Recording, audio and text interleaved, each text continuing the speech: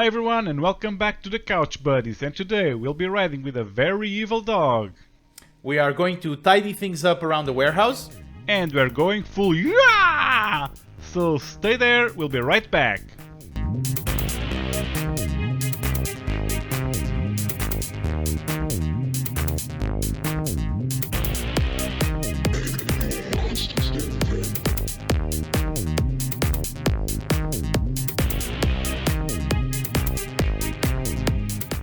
So let's get right into it and let's start with a ride with a very evil dog. Shall we, DJ? Yes, shall we? Well, of course, we shall. We shall. And we shall right now, because we're going to the NES, to the year of 1991, to talk about a game called Wacky Races. And I bet you know this one. And I bet you know the mythical sound of the... Yes, I do remember Dick Dastardly and Muttley. Yes, exactly. From the classic Hanna-Barbera cartoons. Yes, exactly. Of course. And what are we doing in this game? We're playing Muttley. Wow. Okay, so what are we basically doing in this game? We're eliminating the other races, basically. We're going through several levels with Muttley. We get different powers. We pick up bones to get extra skills. We can start throwing bombs to the enemies instead of just biting them. We can start doing like Tails and just wag our tail and let him slowly fall. Because Tails didn't fly in Sonic. He just slowly fell. No, he actually flew. He actually could fly up. No, he could. He could spin. It could spin his tail and actually fly. But it wasn't like it's not like he would get tired pretty fast.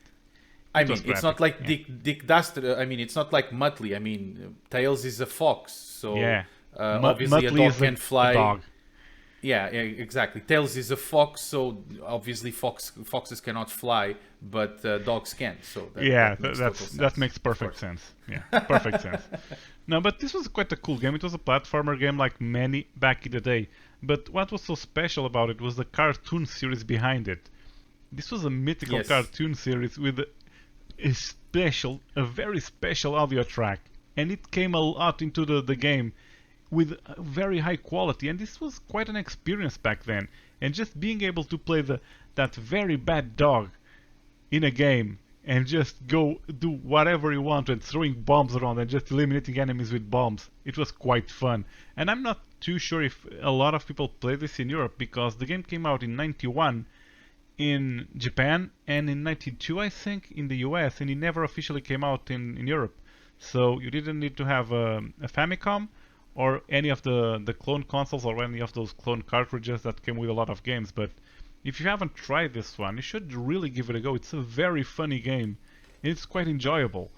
You played this one? I did play this, yes, on my NES clone. The thing that you mentioned about the fact that these games were not released in Europe, I don't think it really affects it. I mean, obviously it would affect some availability, of course. I mean, someone would like to buy an original, cartridge of the game. But actually, one of the games that I'm going to talk about today had gone through the same, had gone the same path, which is it was only published initially in Japan and then later on in the US, but actually it only came to Europe via some releases later on. But yes, I did play this. I do agree with you with the soundtrack. The soundtrack is absolutely amazing on this one, and you know that I'm quite a fan of games because of their soundtrack, also not only because of their graphical capabilities and so on. But yeah, definitely, Wacky Races was something that would. It's fun. I don't know if it would bring a new, a breath of fresh air into the platformer genre. But I think that it's exactly what you said. The connection to the cartoon franchise definitely helped. Yeah, I mean, I think it definitely helped kicking it forward and putting it in a better position in the market. But I did play it on my NES clone back in the day. Fun. Don't really remember which year, but everything. Before I was 20, it seems pretty fuzzy nowadays. So it's just a blur. It's just a blur. It's because of the age and the alcohol back then. Just little details, anyways. Exactly. But going from Wacky Races and Dick Dastardly and Muttley trying to screw over every other race participant that they would go in, we're actually going to something a little bit more brutal, something with a little bit more violence, but that in the end ended up being a soap opera or a novel, because that none of that was actually real, and we still know it to this day. And even to this day, even knowing that is not real, it still has a lot of fans and everybody loves it. So obviously I'm going to talk about WWF European Rampage Tour from 1992 for the Amiga version, and this was developed by Arc and published by Ocean Software. So, I mean, I guess everybody knows World Wrestling Federation, and, you know, it's World still a big thing. Wrestling Entertainment nowadays. Exactly. Now it's WWE. Back then it was WWF. So, WWF European Rampage was the second official World Wrestling Federation game being released for a home entertainment system after its debut in 1980 on the Commodore 64. That was called Micro League Wrestling. So for those who think that this was actually the early gaming of WWF, this was actually the second title released, and the legacy of the wrestling games came from since the Commodore 64 era, so the 8-bit era more precisely. The game features several matches throughout some of the biggest Europe's venues, with the objective of defeating very important teams of the WWF scene at that time. And here I say teams because all the matches are played in tag team mode. You remember they would, you know, come to the rope and give the high five to your mate and saying, hey man, go get some of that armpits rubbed in your face because I need a break. You know, like smelly armpits, like sweaty. Oh, yeah. Yeah, they love that crap. So the pool of available fighters on our side had equally resounding names of the sport, such as Hulk Hogan, Macho Man Randy Savage, Bret Hitman Hart, and the Ultimate Warrior. Unfortunately, two of these are not among us anymore. So Randy Savage has actually passed away in 2011, and the Ultimate Warrior passed in 2014. On the other corner of the ring, we would find teams such as the Nasty Boys, the Natural Disasters, composed by Earthquake and Typhoon. You know, you remember these guys were really huge. I'm not sure if you remember them.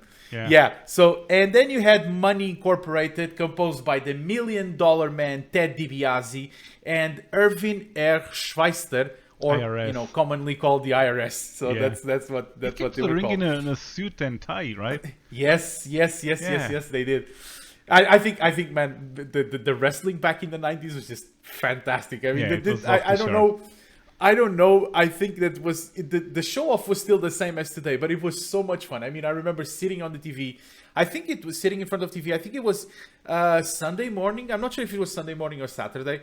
You know, usually after the cartoons, and it was around like 11 a.m. or something like that. They would go for, you know, they would air WWF matches, and I would love to see that. I mean, it was brutal when they would fly from the ring corner in top of those guys. And then I realized that was all like soap operas anyway. So each one of these teams had to be fought 3 times in 3 different venues. After winning all the matches, we would have to fight the mythical Legion of Doom team in Madison Square Garden in New York. So now this is a game I spent several hours playing, and for the love of me, I have no idea why. And I'll explain to you. It's very simple. I mean, we say so many times that you should try for yourself and take the most out of these games, but I have to tell you guys that the general opinion is true, and despite having this game on the back of my head as something that I remember fondly of playing, it was definitely not a good experience. The controls are janky. Performing any type of moves is extremely difficult. You can lose matches in fast as 10 seconds. I mean, the list is never ending. The playability of this game, oh god, it's absolutely terrible. Well, most of the wrestling games were back then. I know, and it's not just back then. I'm not going to say this 100% sure, but for what I was able to see from newer titles in the franchise, these games are really have problems of gameplay or mechanics and stuff like game that. Flow. And this is so important. Like I haven't actually tried the UFC game. I know that there's a UFC game. I need to try that one, at least to see if anything in the fighting genre that is based on a sport that used to air on television. I don't know if this is actually true, but I heard that, you know, usually the gameplay mechanics and playability on these games is not that good. For example, I'll give you an example. You'd get pinned down on the ground and the countdown starts. The idea would be that you have to press the buttons repeatedly until your wrestler gets up.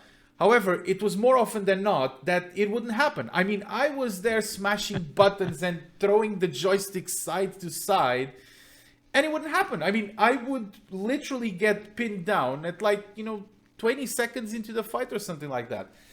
I can't remember I can remember clearly that it took me weeks to win the 3 fights against the Nasty Boys.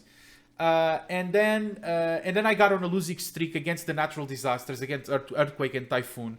And I mean, I was already losing interest in the game because of that. So, actually, you will be able to see on the gameplay that I did myself. This was an excruciating exercise, believe me. Recording the gameplay for this was absolutely terrible, and I wish that I would never have to go through it again. But, as it is my job, guys, before saying you don't like something, just try it. I mean, it might be your thing. I don't know. It might be your thing. But I can tell you, it's extremely difficult. And don't even try to play it with the keyboard. I mean, I actually recorded this with the keyboard. Forget it, man. Forget it. It's absolutely crazy. And yeah, I mean, it's one of those games that definitely goes into the top 10 of the trash bucket. The trash bucket. Oh, yeah. Yeah, definitely. What about you, Blade? Let's put this over our back, because this is like... Yeah, let's up the level a bit. Yes, please. Please bring something good now. Okay, I'm going back to the NES. The NES had great games, so... And let's go to, 1985? Way back then. Okay. And go to a game that actually inspired what we know for the fighting games nowadays. And it's a game that was inspired in the Bruce Lee movies, especially the main character. And it's a game called Yeah Kung Fu. I bet you know this one. Yeah, I do. It's another one of my NES clone games. One of those multi-cards that I had that had like hundreds of games, and that game was epic. There. This was epic. I finished that game. Believe me, I finished that game. It was hard as nails. It was hard, but I did beat that game. Yeah. I don't know how long it took, but it was pretty cool, because you finally had that 1 versus 1, more acrobatic fighting, different from a few of the games that were back then, and it just kick-started a whole different genre of games that eventually would lead to the Street Fighter series. It wasn't limited at all in terms of movements here. And I mean, it wasn't limited at all in terms of movement and anything like that. I mean, it wasn't. And the characters were all different. Every character was quite special. They were extremely different from each other and were quite tough to beat. You really had to get a lot of time into this game to start to master it and get from start to finish. And even if you played it once, twice, 3, 4, 100 times, it would always be a challenging game, because you wouldn't have the opportunity to ease up in any of the most advanced fights, because if you did, you'd lose. And it was quite cool. It was really a cool game. I remember that on that game, I was always trying to figure out, kind of like what speedrunners do today, called pixel perfect moves, which was, I was always trying to figure out how I could hit the other guy without getting too close. So that's what I was always trying to do. And I mean, obviously, because if you got too close, there was sometimes you get locked and you couldn't do anything. Yeah. But definitely remember that game like as if it was yesterday, and I played it so many times on my NES clone back in the early 90s, whenever that was. Give it a go today. It's still fun. It is. Oh yeah. I will probably. I mean, we have to record gameplays for this, right? So. Oh yeah. So, what do you have for us next? Well, I think I can close it off with and this was something requested by one of our viewers. I gotta say that this game went under my radar for no particular reason. I mean, it was a great game nonetheless. But that's exactly what we do here. We come up with the classics, and we make you guys remember what you played when you were kids, and in the end, ultimately make you feel like an old sack of bones, because we are all old. No, I'm being we're highly motivational. Anyways, what I'm going to talk about, or the game I'm going to talk about, is Sokoban from 1988 for PC, and was published by Spectrum Holobyte. It was an addictive game.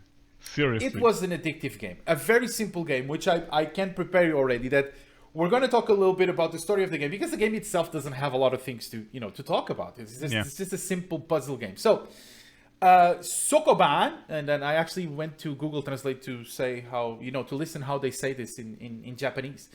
Sokoban is a transport puzzle game where the player takes the role of a warehouse worker and has to organize crates into their rightful place. The game was originally created by Hiroyuki Bayashi. That's not exactly how they say it, but that's fine. For the Japan market and for a very specific computer, the PC 8800.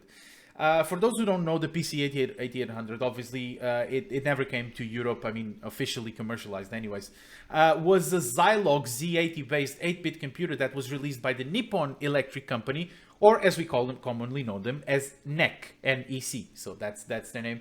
And this computer was actually released or launched in 1981. So the version you'll be seeing here right now, and probably is the one that most people played, is the port by Spectrum Holobyte to the IBM PC and compatibles. Just one more curiosity, before we go any further, and for those purists out there, in the title screen of the game, or at least the PC version, it says on the bottom right corner, copyright 1984 ASCII Corp or ASCII Corp. However, this is a reference to the designer of the game and not actually the publishing date, because you would be surprised to know that Sokoban actually, when it started in 1981, was not really looking like this, like you see right now in the trailer. So the Sokoban that came to PC in 1988 is this one that we're actually looking for.